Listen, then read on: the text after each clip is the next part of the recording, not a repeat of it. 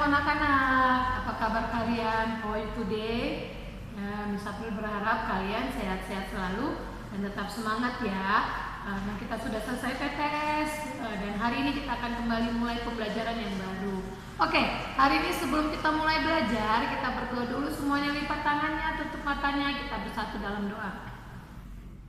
Bapak yang baik, terima kasih Tuhan kalau pada pagi hari ini Tuhan boleh kembali pertemukan kami dengan guru kami dan juga teman-teman kami, walaupun saat ini kami masih belajar dari rumah ya Tuhan.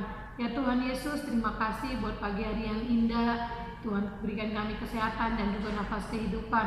Tuhan Yesus, pada pagi hari ini kami anak-anak-Mu akan kembali mulai belajar.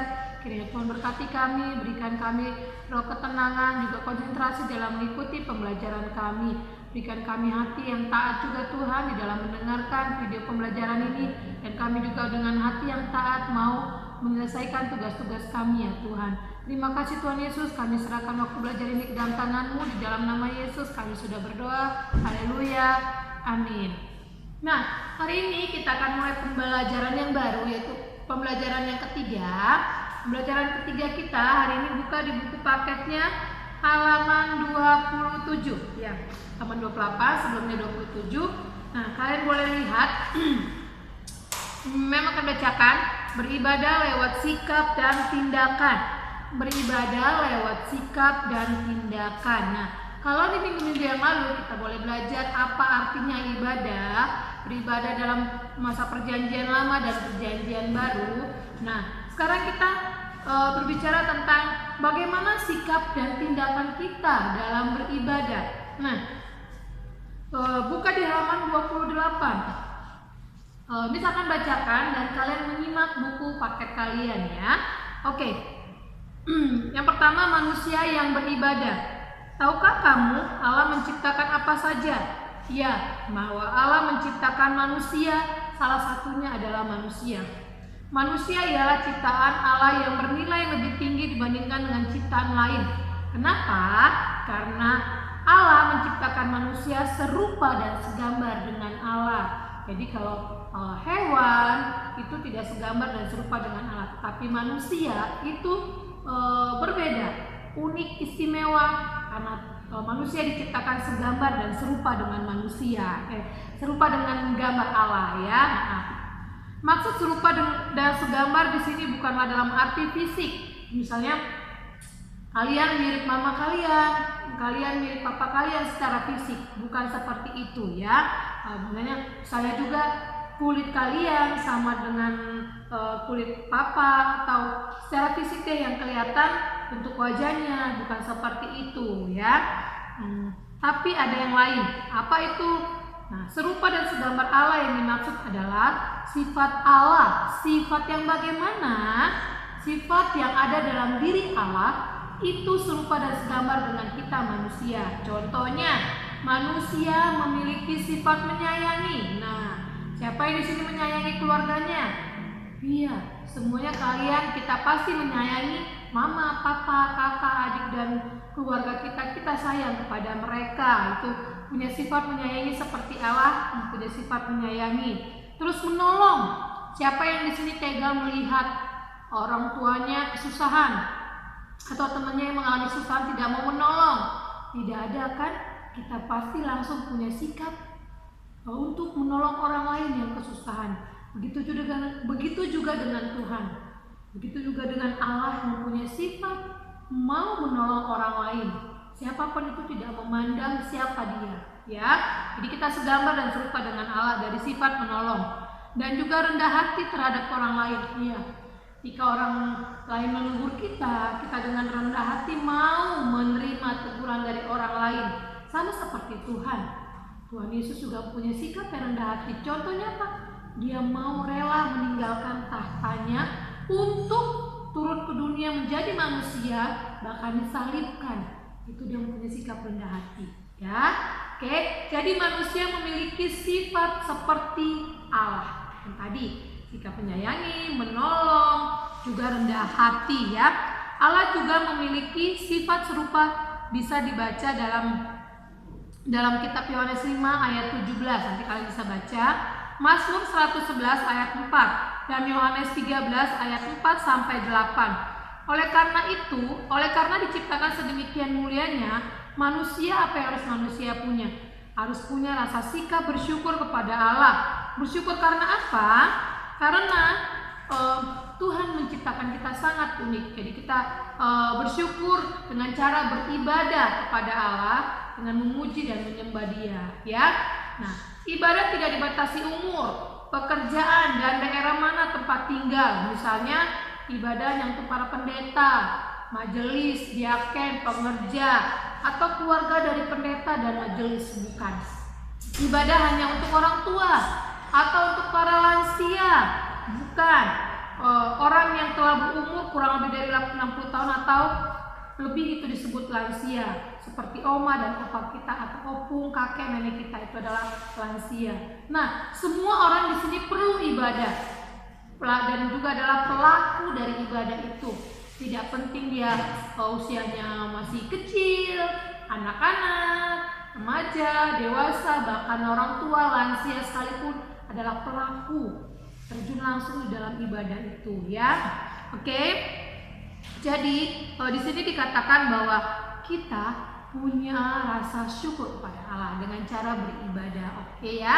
Nah, semua manusia diciptakan Allah, dimanapun tempat tinggal dan apapun sukunya, yang kecil yang besar, yang memiliki pekerjaan atau yang termasuk presiden, menteri, pendeta sekalipun, dan dari usia berapapun, baik anak-anak yang tadi seperti Miss bilang, anak-anak, teruna, dewasa, orang tua, dan lansia harus beribadah kepada Allah.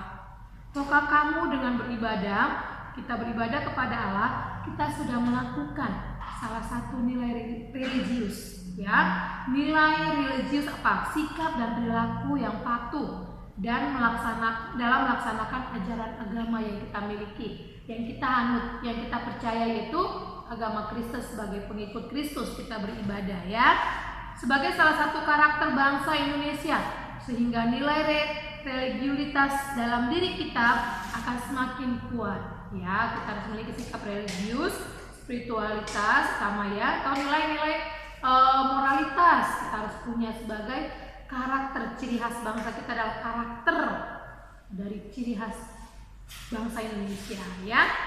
Yang kedua, beribadah melalui tindakan sehari-hari. Tahukah kamu bahwa manusia bisa beribadah kepada Tuhan melalui tindakan sehari-hari? Apa yang kita lakukan dalam kegiatan sehari-hari itu bisa dikatakan kita ibadah.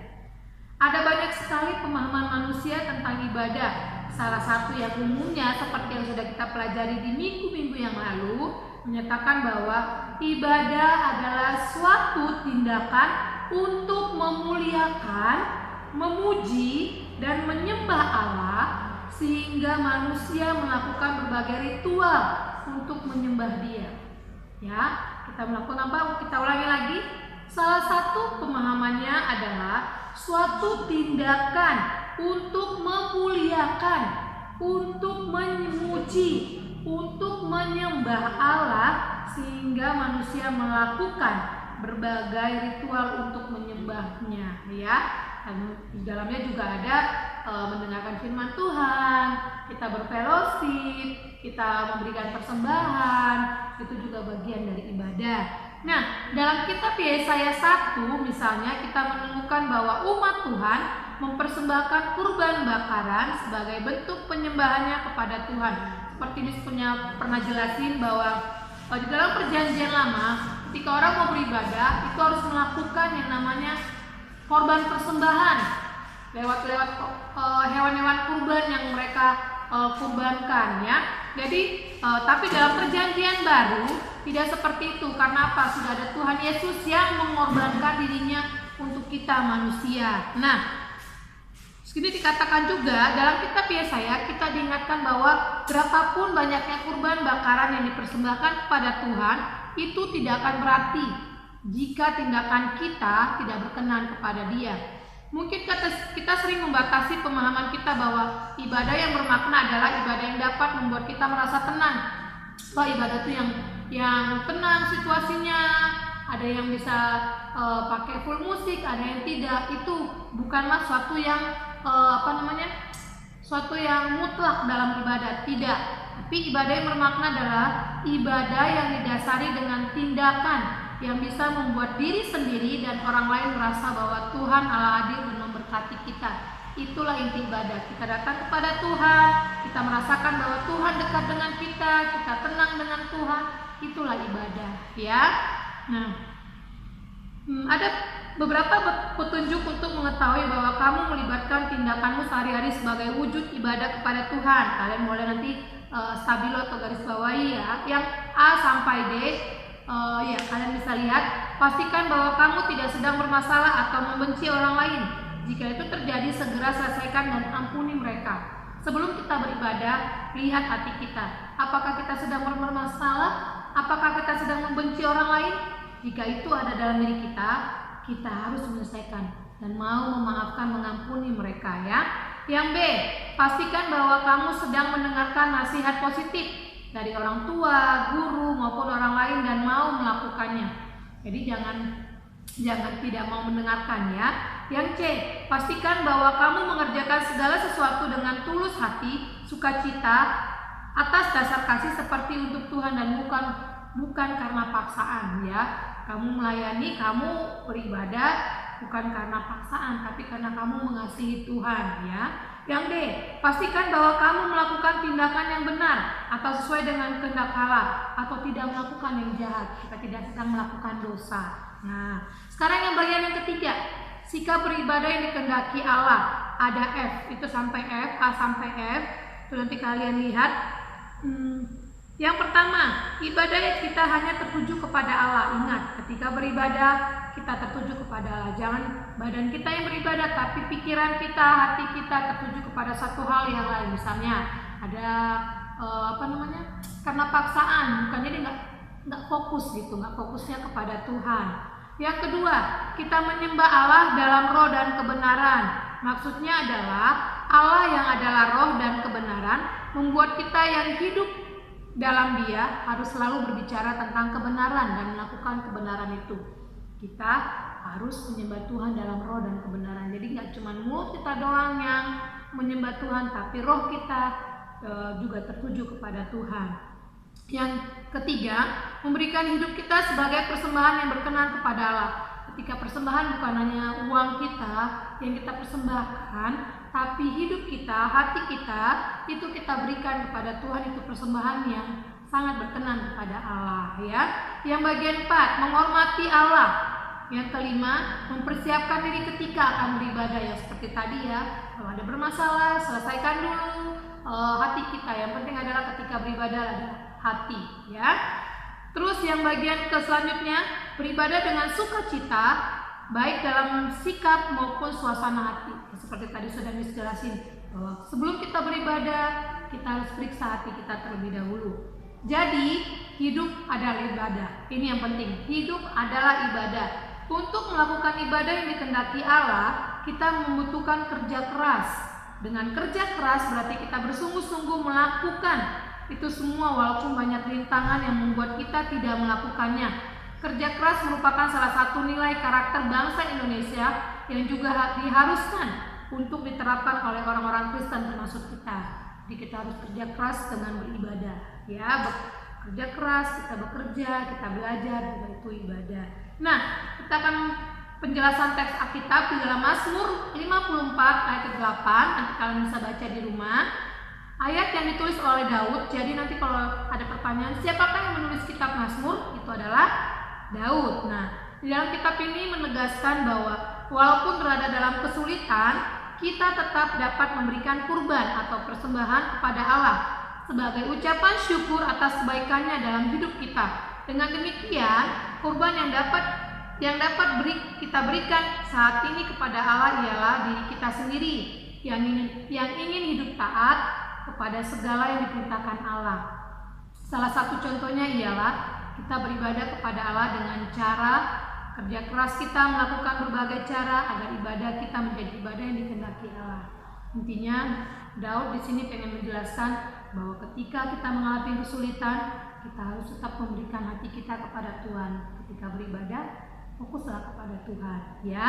Nah, di dalam Roma 12 ayat 1, Maksud Rasul Paulus, penulis ayat ini adalah ibadah yang berkenan kepada Allah yang dilakukan dengan mempersembahkan tubuh sebagai persembahan yang hidup.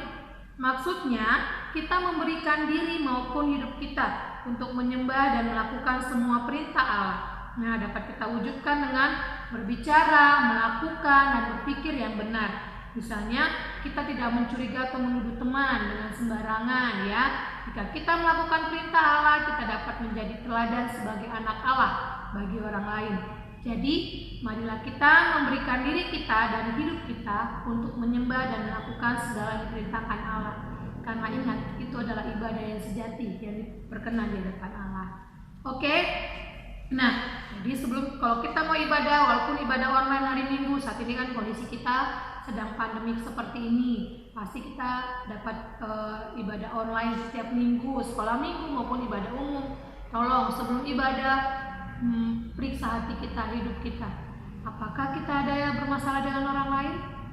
Kalau ada, selesaikan dulu, datang kepada Tuhan, minta ampun, dan berdamailah dengan orang tersebut. Dan hati pikiran kita harus fokus di dalam ibadah, ya. Oke. Nah, hari ini yang menjadi tugas kalian boleh lihat di halaman 37. Nah, halaman 37 yang tugas. Ingatlah cara-cara beribadah yang telah kamu lakukan selama ini. Mungkin yang kalian ingat ya, atau ketika kalian ibadah online boleh. Cara-cara beribadahku yang telah sesuai dengan kehendak Allah. Apa? Catat di sini. Terus cara-cara beribadahku yang belum sesuai dengan kehendak Allah. Misalnya main-main, masih pikirannya melayang-layang, boleh kalian tulis. Ini adalah PS kalian. Terus yang menjadi PR kalian, nah PR-nya hafalkan Roma 12 ayat 1. Hafal Roma 12 ayat 1. Nah, kalian hafal, nanti kalian videokan ya. Oke, itu aja hari ini pembelajaran kita pada hari ini. Ingat, ketika kita mau beribadah, ketika mau datang kepada Tuhan, datanglah dengan hati yang bersih, datanglah dengan pikiran yang bersih, supaya ibadah kita berkenan kepada Allah. Oke? Nah, sebelum mengakhiri pembelajaran kita pada hari ini, baiklah kita berdoa terlebih dahulu. Lipat tangannya, tutup matanya. Tuhan Yesus, terima kasih kalau pada hari ini kami anak-anak-Mu kelas 6 sudah belajar Tuhan tentang ibadah yang dikehendaki Allah. Tuhan, biarlah ibadah kami yang kami lakukan tidak secara rutinitas Tuhan, tapi bahkan seluruh hidup kami adalah ibadah yang berkenan ke hadapan-Mu ya Tuhan. Terima kasih Tuhan, berkatilah anak-anak-Mu yang saat ini masih belajar dari rumah. Tuhan, berikan mereka kesehatan, tolong mereka Tuhan, di dalam setiap pembelajaran yang mereka ikuti, mereka boleh mengerti dan juga mereka boleh dengan taat mengumpulkan, mengerjakan setiap tugas-tugas yang diberikan oleh guru-guru mereka ya Tuhan. Terima kasih Tuhan, berkati juga kedua orang tua mereka yang sedang bekerja ataupun yang belum bekerja, atau juga yang mendampingi mereka di dalam belajar. Berkati mereka semua Tuhan, dan tutup bungkus semua keluarga mereka di dalam tangan-Mu ya Tuhan. Terima kasih Bapa, kami menyerahkan hidup kami ke dalam tangan-Mu. Di dalam nama Yesus kami sudah berdoa dan mengucap syukur. Haleluya. Amin. Oke, selamat belajar. God bless you. Bye-bye.